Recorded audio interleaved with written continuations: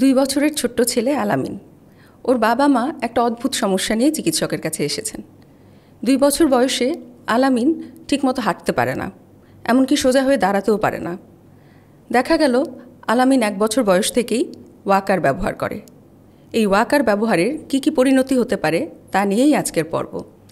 আসসালামু আলাইকুম, আপনাদের সবার উপর শান্তি বর্ষিত হোক। আমি ডাক্তার অদিতি চৌধুরী, শিশু বিশেষজ্ঞ। শিশুদের শারীরিক এবং মানসিক বিকাশ নিয়ে আপনাদের সাথে কথা বলবো। আলামিনের এই যে 1 বছর বয়স থেকে সে যখন ওয়াকার ব্যবহার শুরু করলো, তখন যেটা হয় যে বাচ্চা সাধারণভাবে বেশিরভাগ বাচ্চাই 10 মাস বয়সে সে কোনো কিছু ধরে দাঁড়াতে পারে, যেমন খাটের কিনারা কিংবা সোফা। এরপর 11 মাস বয়সে সে তার 2 হাত 2 জন ধরলে সে হাঁটতে পারে। এরপর 12 মাস বয়সে তার 1 হাত ধরলেও সে হাঁটতে পারে।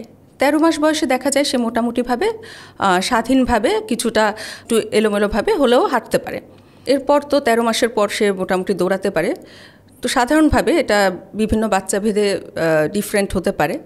তো আলামিনের ক্ষেত্রে যেটা হলো, সে যখন ওয়াকার ব্যবহার শুরু করলো, তার যে পেশিগুলো হাঁটতে সাহায্য করে সেই পেশিগুলো ওর ঠিকমতো গড়ে ওঠেনি, সেগুলো মজবুত হয়নি। ফলে তার সোজা হয়ে দাঁড়ানোর যে স্ট্রেংথটা সেটা গড়ে ওঠেনি। এরপর ওয়াকার ব্যবহারে যেটা হয় যে সেখানে ব্যাক সাইডের পেশি সেখানে ওয়েট বিয়ার করে, সেখানে মজবুত হয়, কিন্তু তার যে পায়ের পেশি যেটার উপর সে শক্ত হয়ে দাঁড়াবে সেই পেশিটা ঠিকমতো গড়ে ওঠে না। এরপর ওয়াকারে আরও কিছু সমস্যা হয়, যে ওয়াকারের ক্ষেত্রে বেশিরভাগই ওয়াকার উল্টে পড়ে তার হেড ইনজুরি হতে পারে, হাত পা ভেঙে যায়, মচকে যায়। এইসব ক্ষেত্রে অনেক দুর্ঘটনা ঘটে, যেটা আমাদের হসপিটালে প্রায়ই আমরা এরকম রোগী পাই যারা ওয়াকারজনিত কারণে দুর্ঘটনার শিকার হয়েছে। এছাড়াও মাঝে মাঝে হতে পারে যে ওয়াকার নিয়ে সে ইলেকট্রিক সকেটের কাছাকাছি চলে গেল কিংবা আগুনের কাছাকাছি চলে গেল, এই সংক্রান্ত দুর্ঘটনারও নজির আছে।